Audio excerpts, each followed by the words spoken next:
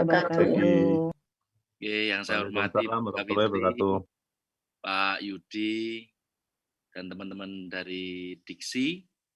Kemudian ada Pak Putu, Bu Ocha, Bu Fajar, tim penyusun panduan fasilitasi magang 2021. Kemudian saya lihat di sini ada beberapa Direktur Politeknik, ada Pak Saiful, ada Pak Darmawan, Pak Abdi, Pak Joni Riyadi, dan yang lain-lain. Selamat pagi, terima kasih sudah berkenan mengikuti acara di pagi hari ini. Mas Adam bisa ditampilkan slide-nya? Baik, jadi seperti tadi sudah disinggung oleh Bu Sawitri bahwa program fasilitasi magang ini adalah program yang kedua. Program pertama dilakukan tahun lalu, memang agak mepet, banyak kekurangan di sana-sini, karena itu di tahun kedua ini kita coba perbaiki dengan tujuan agar program magang mahasiswa dengan durasi minimum 1 semester itu bisa semakin diminati, baik oleh mahasiswa ataupun pengelola di Politeknik.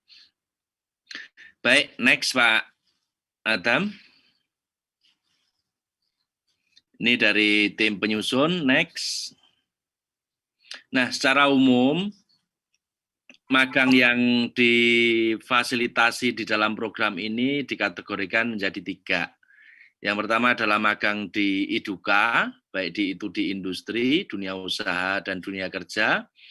Kemudian kalau di panduan itu juga ada ruang bagi teman-teman yang nanti bagi mahasiswa ingin magang di misalnya di instansi pemerintahan, itu juga diberi ruang termasuk di IDUKA juga. Kemudian ada magang di teaching industry di Politeknik Negeri lain dan juga magang kewirausahaan. Nah, 3 jenis magang ini semuanya difasilitasi dalam kegiatan ini. Harapannya nanti akan makin banyak model magang yang bisa di-share, bisa dipelajari pelaksanaannya dari Politeknik yang satu ke Politeknik yang lain.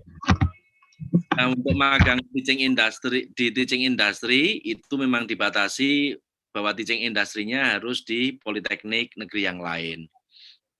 Ini bisa modelnya meliputi kegiatan riset, pengembangan, ataupun inovasi, kegiatan inovasi yang lain yang menjadi kolaborasi antara Politeknik Negeri dengan industri. Sedangkan model yang ketiga yaitu model magang kewirausahaan, ini inginnya nanti memfasilitasi rekan-rekan yang mahasiswa yang ingin merintis sebuah kegiatan produksi, sebuah kegiatan layanan kewirausahaan yang ujungnya nanti memproduksi sebuah jasa ataupun berupa produk tertentu.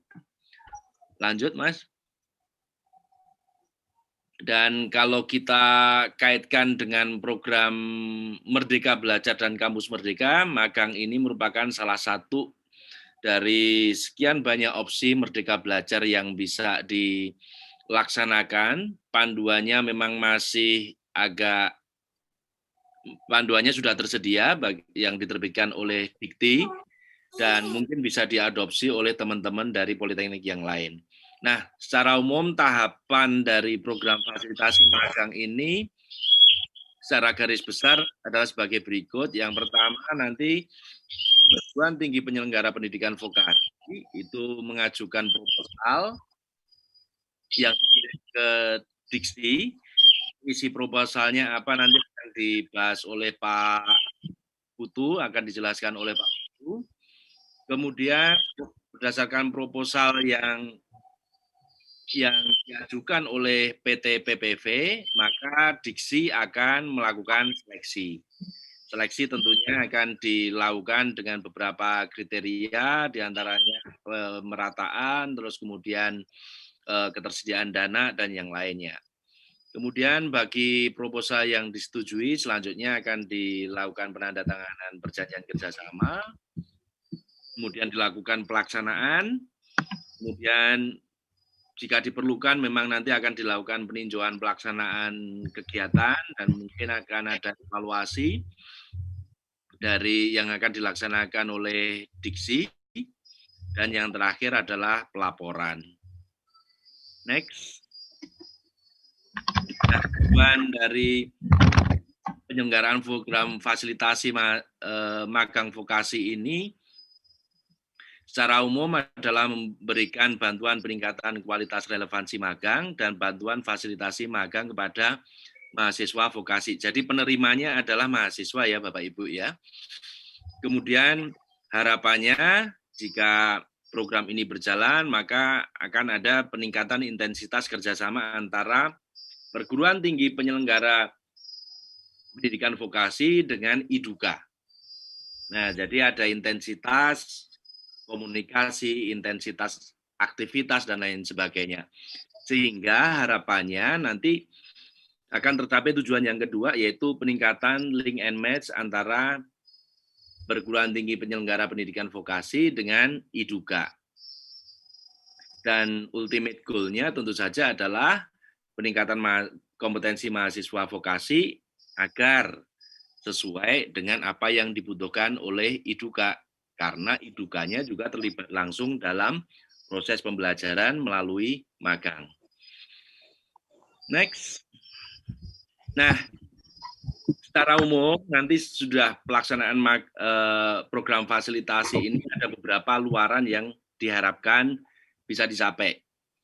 Yang pertama adalah Bapak Ibu nanti penyelenggara magang, penerima program fasilitasi magang ini diharapkan dapat bisa memberikan gambaran umum pelaksanaan magang minimum 1 semester yang diselenggarakan di masing-masing PT PPV. Dan nanti akan dipertukarkan satu dengan yang lain model-model ini agar satu dengan yang lain dapat belajar, dapat saling benchmark gitu ya. Kemudian luaran yang kedua adalah peta jalan menuju pelaksanaan magang 2 semester. Ini pasti nanti akan modelnya macam-macam. Mungkin akan ada variasi antara satu politeknik dengan politeknik yang lain, apakah dia akan kontigu atau di 2 semester yang terpisah, yang diselingi semester yang lain, di mana semester yang menyelingi tersebut dilakukan pembelajaran di kampus. Kemudian daftar mahasiswa penerima fasilitasi magang ini nanti ada informasi tambahan seperti namanya siapa, program studinya apa, dia magang di mana, berapa lama, unit penempatannya di mana, dan lain sebagainya. Kemudian keterangan relevansi pelaksanaan magang terhadap kompetensi lulusan ini untuk mengevaluasi seberapa relevan antara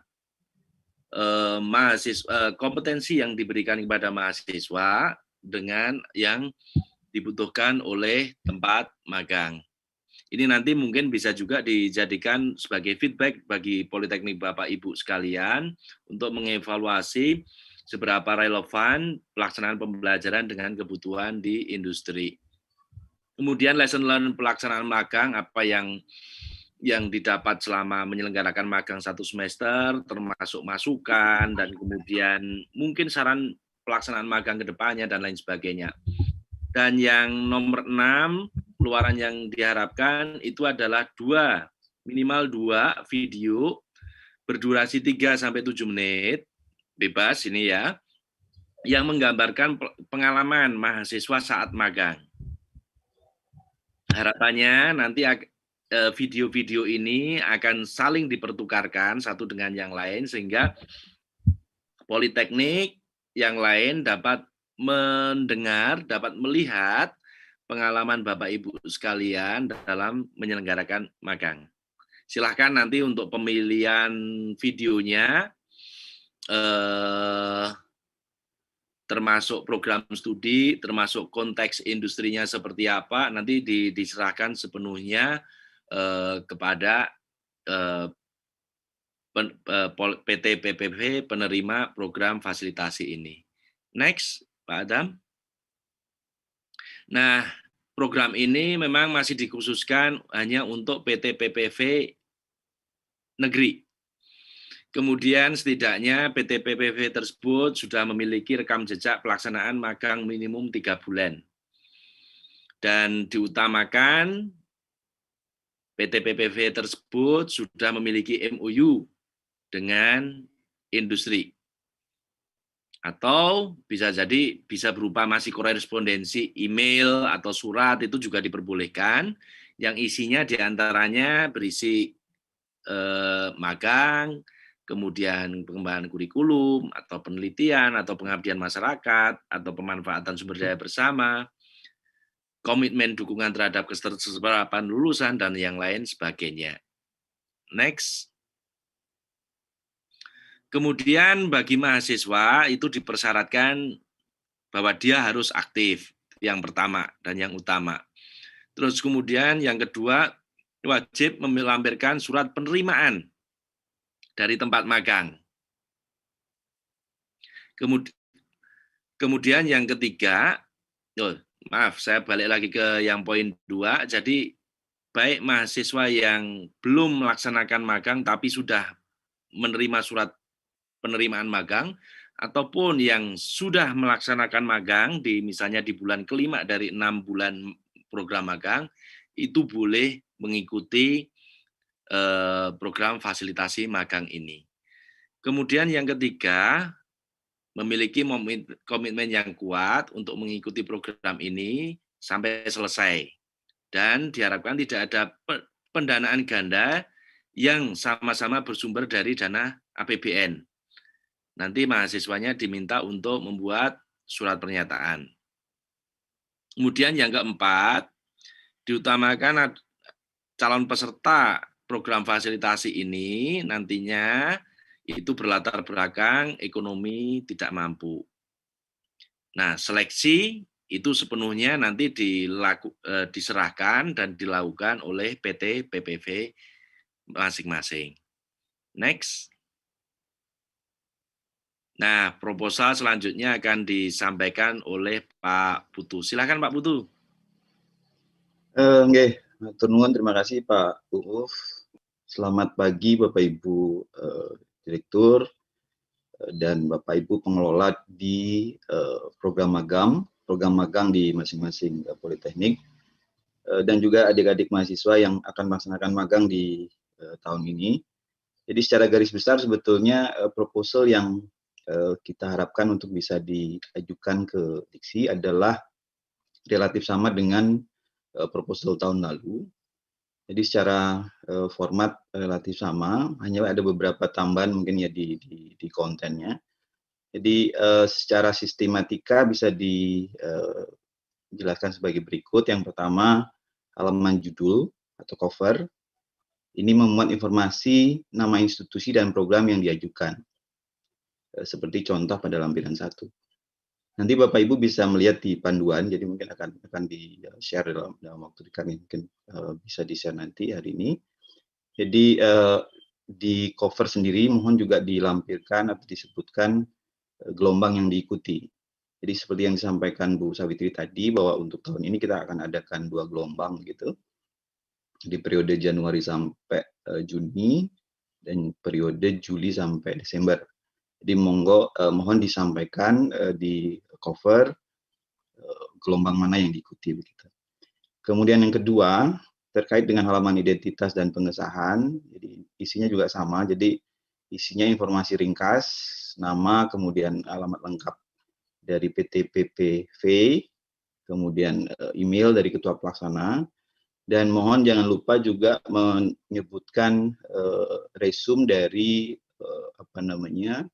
jumlah anggaran yang diajukan, yang diusulkan untuk fasilitasi magang. Jadi dari sini sebetulnya kita bisa melihat secara garis besar berapa besaran dari usulan dari masing-masing PT PPV begitu Bapak Ibu. Ini juga bisa dilihat di lampiran 2 di panduan dan di juknis. Silakan dilanjut, next Mas Adam. Kemudian standar daftar isi, kemudian ringkasan eksekutif. Ini mohon tidak lebih dari 500 kata. Halaman ini memuat informasi intisari proposal yang memuat jumlah mahasiswa, kemudian keterkaitan pendanaan dan luaran usulan yang dibuat.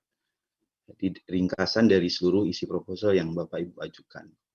Kemudian bab 1 ini yang menurut kami mohon bisa dieksplor lebih jauh, karena salah satu yang mungkin nanti akan menjadi pertimbangan dari reviewer adalah di sisi pendahuluan ini.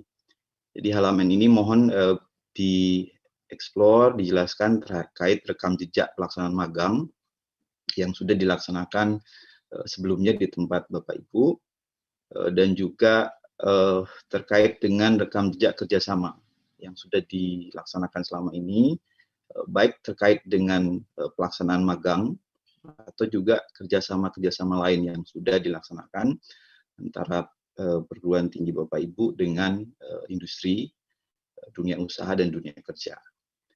Hanya saja mohon dari explore atau deskripsi yang dilakukan di sini mohon tidak lebih dari 3 halaman. Next, Mas Adam.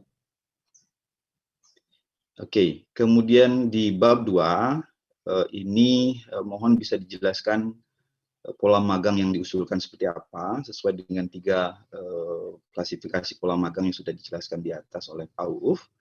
Kemudian bagaimana Bapak Ibu melakukan seleksi terhadap mahasiswa yang akan diusulkan untuk menerima fasilitasi magang ini. Kemudian bagaimana rencana pembekalan terhadap peserta nantinya, karena ini menjadi salah satu tanggung jawab yang harus dipenuhi oleh PT penerima untuk melakukan pembekalan kepada penerima fasilitasi magang. Kemudian juga dicantumkan daftar peserta, jenis magang, waktu pelaksanaan, kemudian biaya fasilitasi magang yang diajukan untuk masing-masing mahasiswa, tergantung dari pola magang yang akan diusulkan, yang akan dilaksanakan. Jadi kurang lebih ini juga tabelnya sama seperti tahun lalu.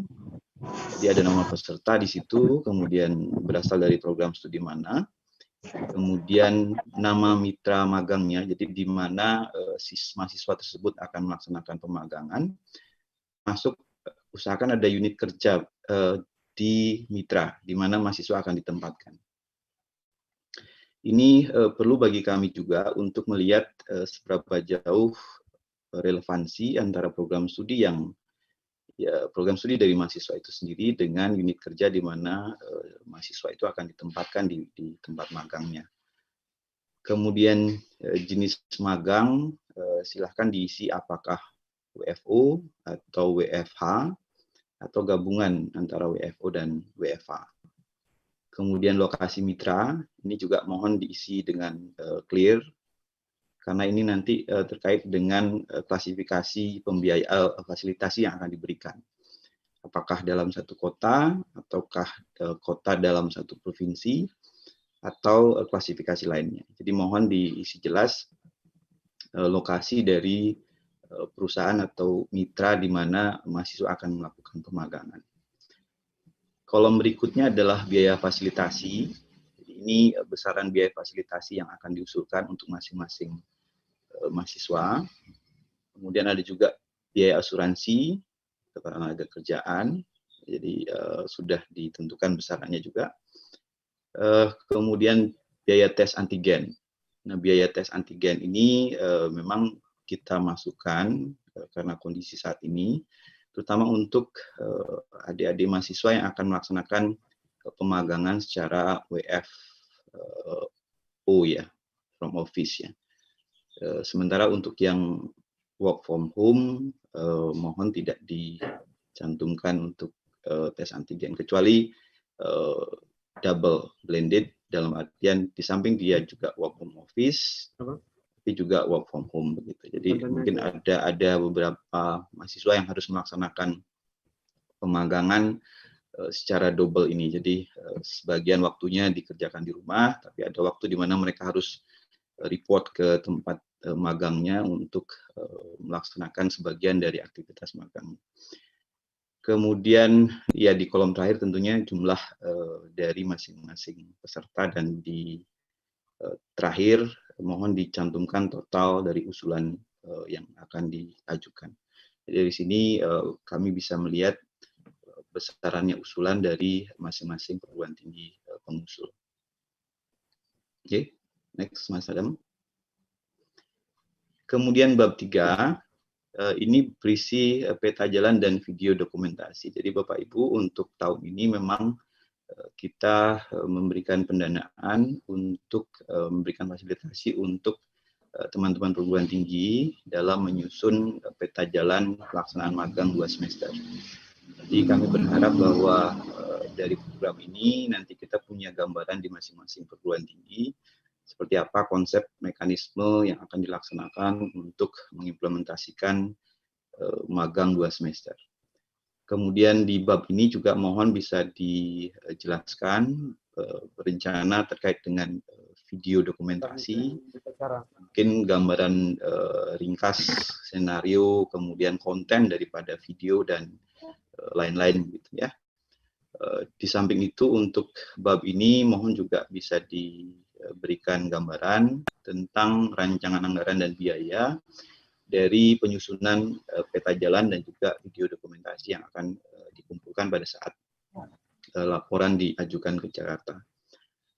Yang terakhir adalah penutup, ini mohon maksimal 1 halaman.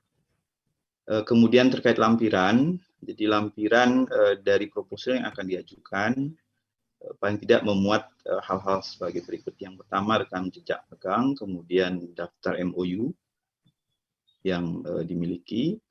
Bisa juga melampirkan beberapa sampel MOU yang sudah dimiliki begitu. Kemudian ada surat penerimaan magang mahasiswa vokasi dari IDUKA. Jadi mohon seluruh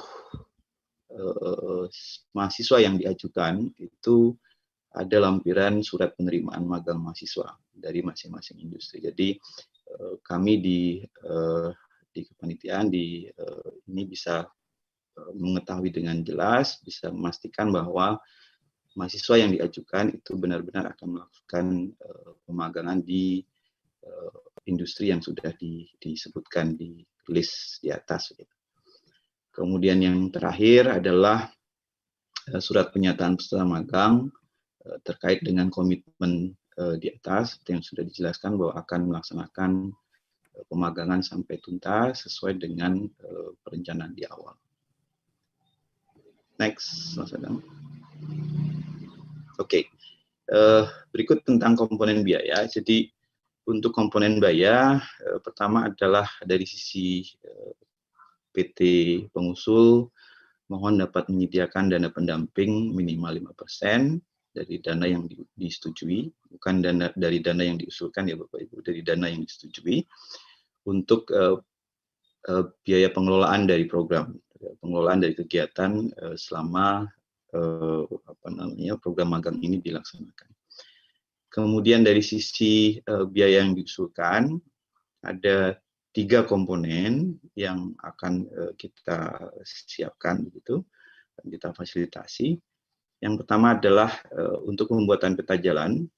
Untuk pembuatan peta jalan pelaksanaan magang selama 2 semester diberikan fasilitasi sebesar maksimum 5 juta rupiah. Jadi monggo disesuaikan dengan rencana Bapak Ibu sekalian untuk mekanisme pembuatan peta jalannya seperti apa, sehingga nanti bisa dicantumkan di RAB di bab 3 proposal ini. Kemudian untuk biaya fasilitasi magangnya sendiri, seperti yang tertulis di sini, untuk work from home adalah 400.000, kemudian magang dalam satu kota kabupaten 500.000, kemudian magang antar kota kabupaten tapi dalam satu provinsi 700.000, kemudian magang antar provinsi sebesar 850.000, kemudian magang antar pulau antar provinsi besarannya adalah 1.100.000, biaya asuransi 50.000, dan terakhir biaya tes antigen magang dalam negeri maksimal 200.000. Memang Bapak Ibu, walaupun mungkin secara besaran tidak sepenuhnya bisa mengcover kebutuhan dari adik-adik mahasiswa, tapi kami berharap ini bisa menjadi support gitu ya, sebagai tambahan dari kebutuhan adik-adik untuk melaksanakan pemagangan. Kemudian yang terakhir adalah biaya pembuatan minimum 2 video. Jadi untuk video, sekali lagi video pengalaman magang dari mahasiswa, kita berharap minimum ada 2 video yang akan diserahkan pada saat laporan dengan durasi 3-7 menit. Kemudian maksimal pendanaan yang bisa kita support adalah sebesar 3 juta rupiah untuk pembuatan video ini. Begitu. Ya.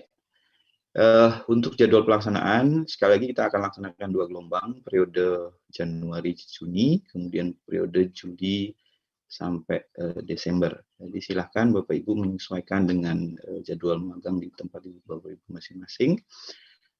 Untuk tahap pertama, untuk gelombang pertama, kita akan adakan atau kita akan tutup pengumpulan proposal di 29 Maret 2021. Kemudian seleksi proposal antara 1 sampai 6 April. Pengumuman hasil seleksi kita harapkan sudah bisa kita sampaikan di 9 April 2021. Kemudian kontrak di 14 sampai 20 April. Sedangkan rentang waktu pelaksanaan magang 2 Januari sampai 30 Juni. Silakan nanti ditanyakan ya, mungkin ada yang ditanyakan terkait dengan jadwal ini.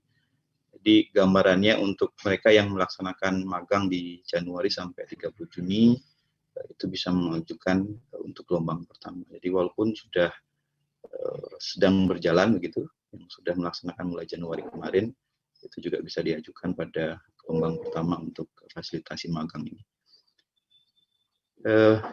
Next, Mas Adam. Ya.